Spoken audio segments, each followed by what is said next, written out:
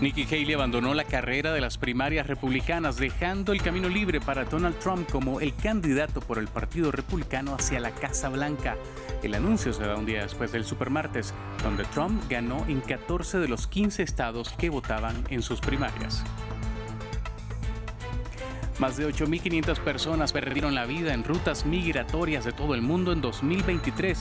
Fue el año más mortífero para los migrantes, según una estimación de la Organización Internacional para las Migraciones OIM.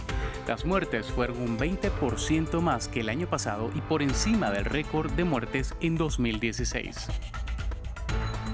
France 24 continúa con su serie de reportajes originales previo al Día Internacional de la Mujer con un repaso del papel de las mujeres en zonas de conflicto armado. Hoy vamos hasta Jenin, en Cisjordania, donde las mujeres palestinas sufren los efectos de la guerra e intentan sobrellevar la muerte o el arresto de esposos, hijos y parientes. Es una nueva edición de noticias aquí en France 24. En español les saluda Jorge Hurtado. Nikki Haley, la última candidata en pie en la carrera por la nominación republicana contra el expresidente Donald Trump, anunció que se retira de la carrera por la Casa Blanca. La decisión se produjo horas después del supermartes, cuando 15 estados votaron en sus primarias y 14 terminaron con victorias para Trump. Trump y Biden reaccionaron pidiendo a los votantes de Haley respaldar sus candidaturas. Vamos a conectar con nuestro corresponsal en Washington, Cristóbal Vázquez, para ampliar esta información. Cristóbal, ¿qué pasa ahora con la salida de Haley de la carrera presidencial? Haley hizo su discurso de despedida desde Carolina del Sur, desde Charleston, y le dijo entonces a sus votantes y al pueblo estadounidense que ya era entonces el tiempo de elegir entre los mismos dos candidatos de hace 3 años, una elección que entonces se limita a estos dos candidatos que todavía no tienen la cifra mágica necesaria, la cifra que les permite llegar al número de delegados necesarios para poderse hacer a la nominación, pero Nikki Haley en su discurso no respaldó directamente al expresidente Trump, simplemente citó a Margaret Thatcher diciendo que ella no iba a seguir lo que el público en general seguía, lo que la masa seguía. Ella, sin embargo, pues tampoco se mostró muy positiva de pedirle a sus seguidores que simplemente apoyaran a el presidente demócrata o al candidato ahora demócrata Joe Biden. Queda que ya esta carrera presidencial entre republicanos y demócratas pues tiene ya candidatos definidos, pero hay candidatos terceros. Y precisamente una de las reacciones fue la de Cheney, que es una candidata republicana por un tercer partido independiente que quiere y precisamente apeló a los votantes de Nikki Haley a que se unieran a la campaña de ella como una alternativa a Donald Trump. Cristóbal, vos lo decías, Haley se retiró sin apoyar a Donald Trump. Ahora la pregunta es, ¿para dónde podrían ir esos apoyos de los sectores menos radicales de los conservadores? Lo más probable es que terminen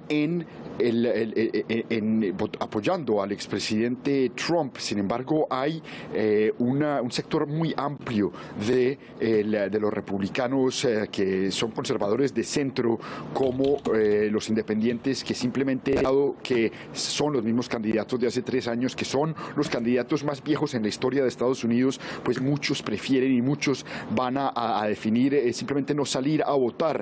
El tema de la abstención va a ser un tema bastante importante en esta elección, teniendo en cuenta que hay un descontento general, y lo dicen las encuestas recientes, sobre las dos opciones que tienen los estadounidenses para los próximos 4 años en la Casa Blanca, y esa abstención analistas dicen que puede jugar en contra de Biden, pero al mismo tiempo puede jugar en contra de Donald Trump al no asegurar la cantidad de votos necesarios de esos republicanos de centro para poder quedarse con estados claves, estados péndulos, que son los que definirán la elección. Era Cristóbal Vázquez con el reporte desde Washington. Vamos a cambiar de tema. 2023 fue el año más mortífero para los migrantes en el mundo durante la última década. Esto según un informe de la OIM, la Agencia para las Migraciones de Naciones Unidas. El organismo registró la muerte de 8.565 personas cuando intentaban cruzar diferentes rutas en el mundo, lo que representa un aumento del 20% de decesos comparado con los datos reportados en el 2022. La OIM llamó la atención sobre la escasez de vías seguras y legales que permitan a los migrantes transitar con tranquilidad. La ruta por el mar Mediterráneo sigue siendo la más mortífera. La travesía del Mediterráneo sigue siendo la ruta más mortífera para los migrantes de la que se tiene registro, con al menos 3.129 muertos y desapariciones. Se trata del mayor número de muertes registrados en el Mediterráneo desde 2017.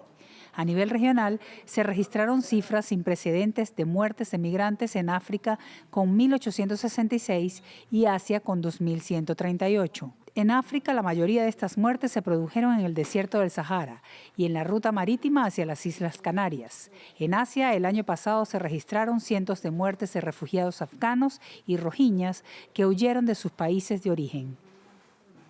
En noticias de la guerra en Gaza, las conversaciones sobre un eventual alto el fuego que se adelantan en El Cairo entraron en su cuarto día. Representantes de Hamás se reúnen con funcionarios de Egipto, Qatar y Estados Unidos en un esfuerzo por lograr un cese de hostilidades de 40 días que permita la liberación de los rehenes y también la entrada de ayuda humanitaria antes del inicio del Ramadán la próxima semana. Diálogos que se llevan a cabo sin la presencia de delegados israelíes. La guerra ya deja 30.700 muertos palestinos según el Ministerio de Salud de Gaza. Esta guerra desplazó a la mayoría de los 2,3 millones de habitantes del enclave y provocó una grave crisis humanitaria con escasez de alimentos, agua y medicinas. El mes pasado, Israel intensificó los bombardeos en Rafah, una ciudad en el sur de Gaza, en la frontera con Egipto, donde se estima que se hacinan alrededor de 1,5 millones de personas. Estados Unidos realizó su primer lanzamiento aéreo de alimentos a los habitantes de Gaza el sábado y planea hacer más.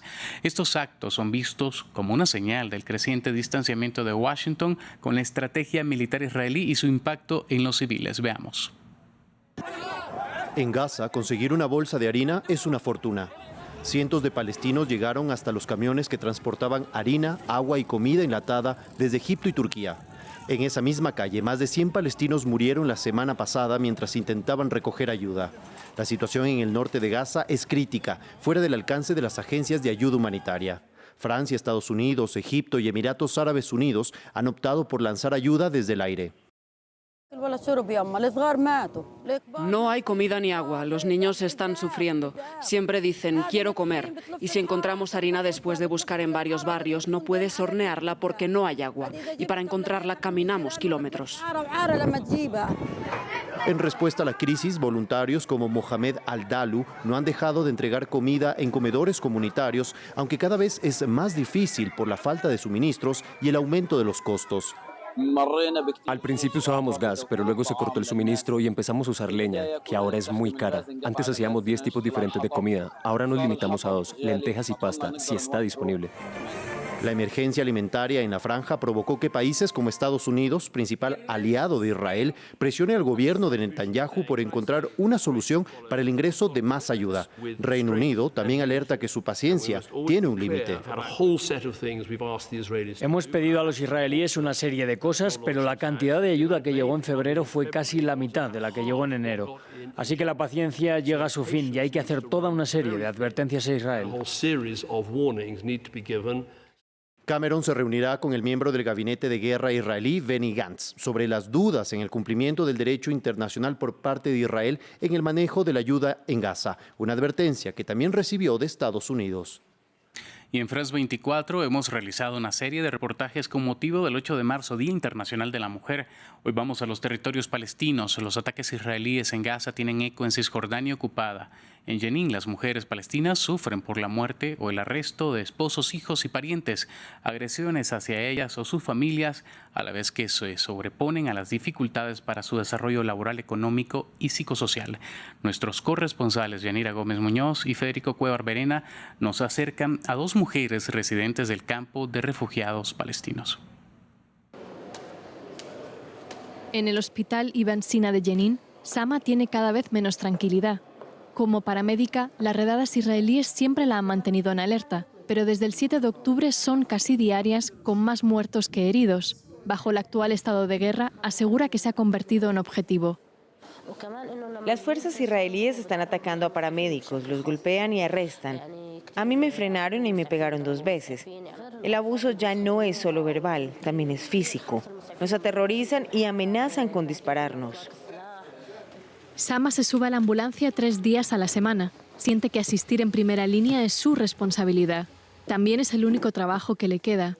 Los bloqueos de Israel han llevado al cierre de comercios no esenciales, muchos en sectores que emplean a mujeres. Como mujer es difícil encontrar un empleo ahora. Perdí mis otros 2 trabajos y la situación económica está empeorando. Mis ingresos se han visto afectados y apenas me alcanza para cuidar a mis 2 hijos. La supervivencia, la tragedia e incluso el hospital unen a Sama y a Abir. En enero, fuerzas israelíes disfrazadas de civiles mataron allí a 3 militantes palestinos, entre ellos sus hijos Basil y Mohamed. Aunque según Israel planeaban un ataque, su madre atestigua que Basil, herido por un dron israelí, llevaba hospitalizado desde octubre y apenas podía mover brazos y piernas. Las imágenes y los recuerdos de mis hijos están por todas partes. Quizás se fueron físicamente, pero espiritualmente aún están conmigo. Para Abir y para las mujeres del campo de refugiados, ir al cementerio es un acto cotidiano contra el dolor. Aquí vengo a hablarles, a decirles cuánto los extraño. Las mujeres palestinas somos conocidas por ser fuertes y pacientes. No soy la primera mujer palestina que pierde a 2 hijos. Mira las otras tumbas, todas son de hermanos. En medio de una violencia sin fin, esta mujer palestina promete resistir por su hija y su marido en un Jenin atravesado por la angustia y la destrucción. La portavoz del Ministerio de Asuntos Exteriores ruso, María Zakharova, restó importancia a la acusación y posterior orden de arresto emitido por la Corte Penal Internacional contra 2 comandantes rusos por su papel en la guerra en Ucrania. Se trata del almirante Víktor Sokolov, excomandante de la flota rusa del Mar Negro, y Sergei Kovylash, comandante de la aviación de largo alcance de las Fuerzas Armadas rusas. Se le señala por la muerte de civiles durante ataques con misiles en territorio ucraniano. Veamos. La Corte Penal Internacional intensifica sus esfuerzos para que los líderes militares rusos rindan cuentas por sus presuntos crímenes de guerra. El tribunal emitió órdenes de captura contra el teniente general Sergei Ivanovich Kovylash, excomandante de la aviación de largo alcance de la Fuerza Aeroespacial, y el almirante Víktor Kinovalevich Sokolov, excomandante de la Flota del Mar Negro. We will continue to investigate in Ukraine. Seguiremos investigando en Ucrania, profundizaremos y no duraremos en presentar nuevas solicitudes si las pruebas nos lo exigen.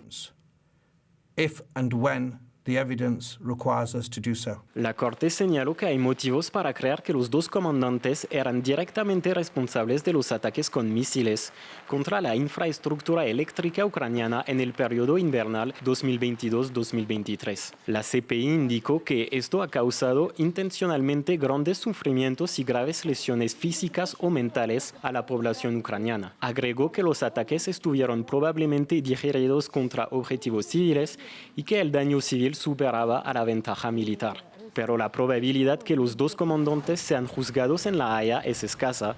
Rusia no es miembro del tribunal y no reconoce sus decisiones. Decisiones calificadas de provocaciones por parte de Rusia. И Россия, и многие другие страны в этом так называемом суде не участвуют. Tanto Rusia como muchos países no participan en este supuesto tribunal y las próximas provocaciones, o tal vez mejor dicho, las órdenes de este organismo, no tienen fuerza legal para nosotros y son jurídicamente insignificantes. Es la segunda vez que la CPI anuncia órdenes de captura relacionadas con la guerra en Ucrania. Hace un año, el tribunal dictó una orden de captura contra el presidente ruso Vladimir Putin, acusándolo de responsabilidad personal en los secuestros de niños ucranianos. En Ucrania, el primer ministro griego Kyriakos Mitsotakis se reunió con el presidente ucraniano Volodymyr Zelensky en el puerto de Odesa, en el Mar Negro. Ambos líderes visitaron un edificio residencial afectado por el ataque de aviones no tripulados rusos el sábado que mató a 12 personas. Durante la gira, se reportaron detonaciones cerca de la caravana donde se movilizaba Mitsotakis. Dichos ataques dejaron a 5 personas muertas. Llegamos al final de esta edición informativa, pero usted continúe con más en France 24 en español.